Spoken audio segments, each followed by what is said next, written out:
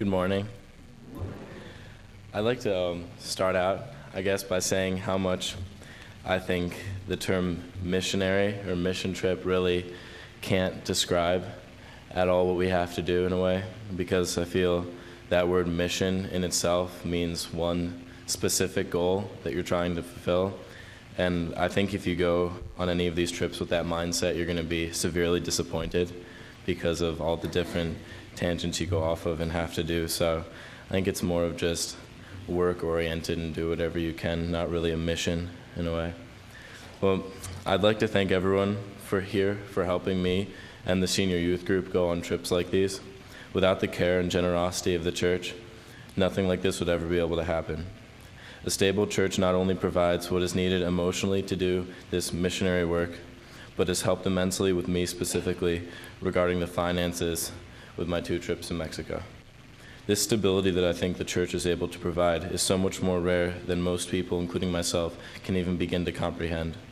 When I look at the image society projects that our lives should look like, stability is the main factor. And luckily, this is an area of the world where this stability and reinforcement of inevitable comfort is very prevalent. And I assure you that I am not up here to talk about how lucky I feel I am, because I'm not really sure how lucky that is. I don't really think anyone knows how lucky they are, because I've grown to believe over the past 2 years that luck is just an immeasurable term. One thing I know that is universal is faith, not just the English term, of course, but the idea behind it. It's like a muscle, faith is. It certainly can be flaunted, but those who flaunt it often, if not always, have it artificially. Also, faith does not grow if it is not tested. Our muscles only get bigger after workouts because of microscopic tears in fibers that are created from heavy lifting. And because of these tears we create, our body gives us even more muscle tissue to combat the tears that we have created. And faith to me works like that for reasons you'll hopefully soon understand. It becomes stronger when put through trials that test its initial strength.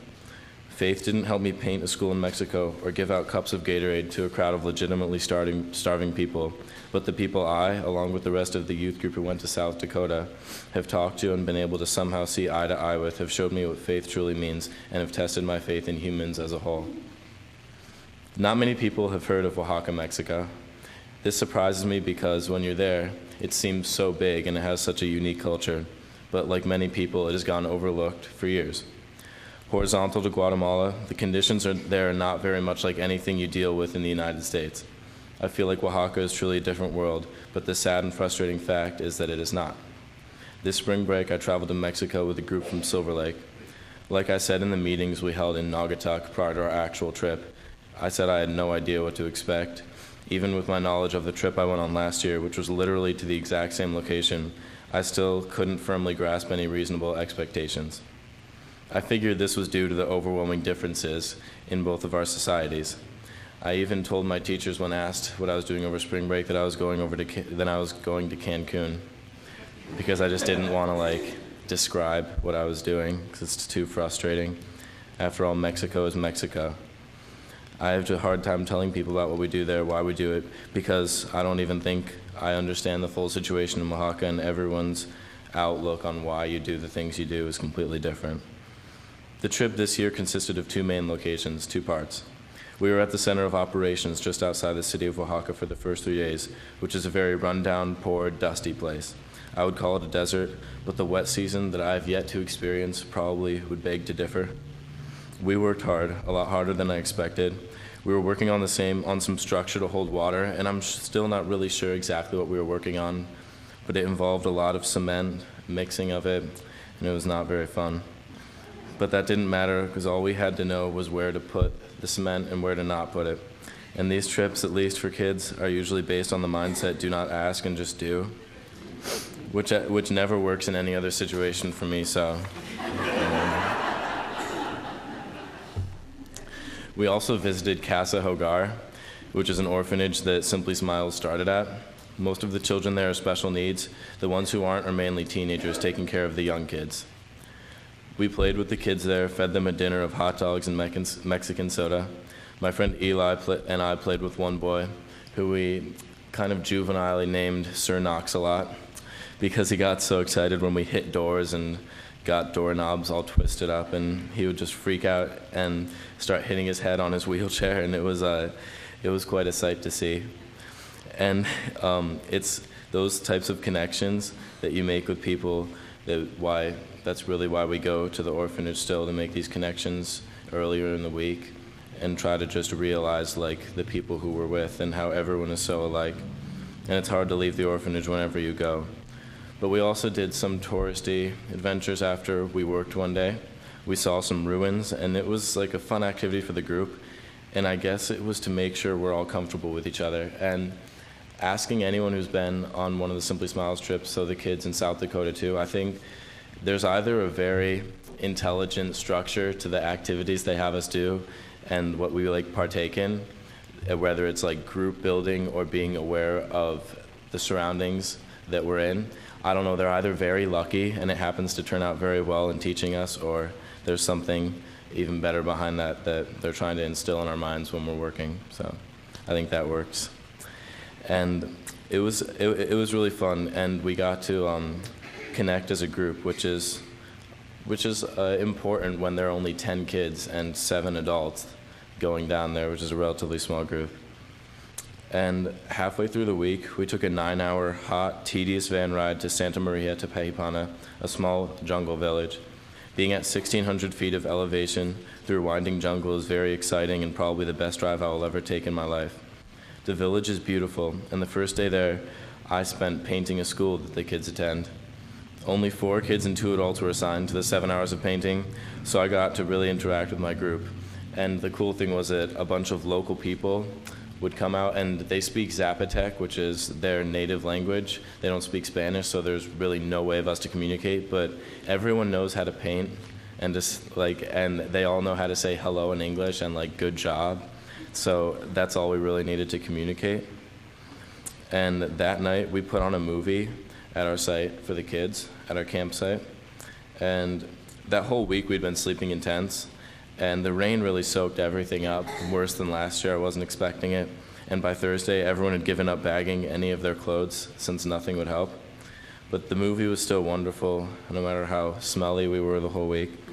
And we were able to talk to some of the kids and play with the more outgoing ones. And that has to be one of the best parts of being in the jungle, are the really outgoing kids that kind of come up and meet you. Our first night there, at camp, right after we got to Santa Maria Tepehipana, we were all, like, our group from Silver Lake was hanging out near our tents, kind of talking and getting used to the location and being by ourselves. And there were some native boys, 2 of them pretending to be ninjas, just playing and in the corner, because they all hang out at our campsite sometimes, because I guess it's a relatively safe environment in comparison to the rest of the the jungle. And so we kind of wanted to do something with them, because it felt dumb just sitting there and watching them play, and when we're there to interact with them. So we pretended to be ninjas with them, and we took turns pretending to lose painfully to each of them. And we didn't really know how to interact with them, because some of them know a little bit of Spanish because they're taught it in school, the young kids, but we said, "Yo soy Zorro," which means I'm Zorro. And they laughed. I'm not sure if that's because they thought that was a very silly name or they knew what we were talking about. Either one is fine with me. So we really made a necessary early connection with the people there. And then we put on a community meal, which last year we did a food distribution where the whole week we were bagging food and getting food ready to give to like 2,700 people who came through our tents to get sugar and salt and enough necessary goods for a month. And here we only had, I think we had 12 to 1,500 people come to the camp to get a lunch that we made and women of the village prepared the night before, of like, it was like a shrimp stew, but the shrimp still had eyes in it, so we were all kind of freaked out by that, but everyone there loved it, so it was probably okay. I was handing out Gatorade cups the whole time, and it's a frustrating experience, I think, the food giveaway, because you're trying to get everything out So there's really not as much room for connection with people because they're just trying to get their food and you're giving it out. So that, I think that's a real, that's a good way to look at the work aspect of being on these trips, how you want to make connections with people, but you also want to make a difference and not just be there for the emotional part of it, because that does well for you, but it doesn't do well for any actual goals you expect to get done. And for the community meal, it was a really kind of touching experience to see how much people were just dying to get one meal, and they would come back for seconds and we just wouldn't care and give them food. But leaving the jungle was very odd after that. I felt like my time there was just cut very short, and you start to realize that really the job is never done, and there's always more work to be done. To close off the trip, we go to a beach before we fly back to the States. It's a very surreal experience because it's commercial and with no imminent poverty, and you know it's there, it's just very well hidden, so people will spend their money. And then we left. Because of this Mexico trip, I've learned a lot about humanity. I've learned that faith isn't more about hoping and praying, but about doing. I think faith is the outcome of work that stretches oneself emotionally and mentally. And this new faith that I think people receive after Mexico is very concentrated on other humans. The faith that people will always be there for each other, and no matter how different we seem, everyone is just so incredibly similar. And even though some might lack this concrete stability that people look to achieve every day, they still live their lives with just as much value or meaning as anyone else. I feel like I need to go to Mexico every year now just to keep my vision of the world as accurate as possible. It's so easy to overlook those things that are not acceptable to the eye, but ignorance creates a false reality. And I know there will always be a large rift between the poor and the rich. No one looks to take away the rift, but to over time just lessen the size. And this equality, this stability that we're all searching for, including the people in Oaxaca, Mexico, will always be our #1 priority as people. Coming in a close second, I've come to realize, is the duty of people to use any and all abilities they might have, not to change the world, but to just make it as fair as possible. Thank you.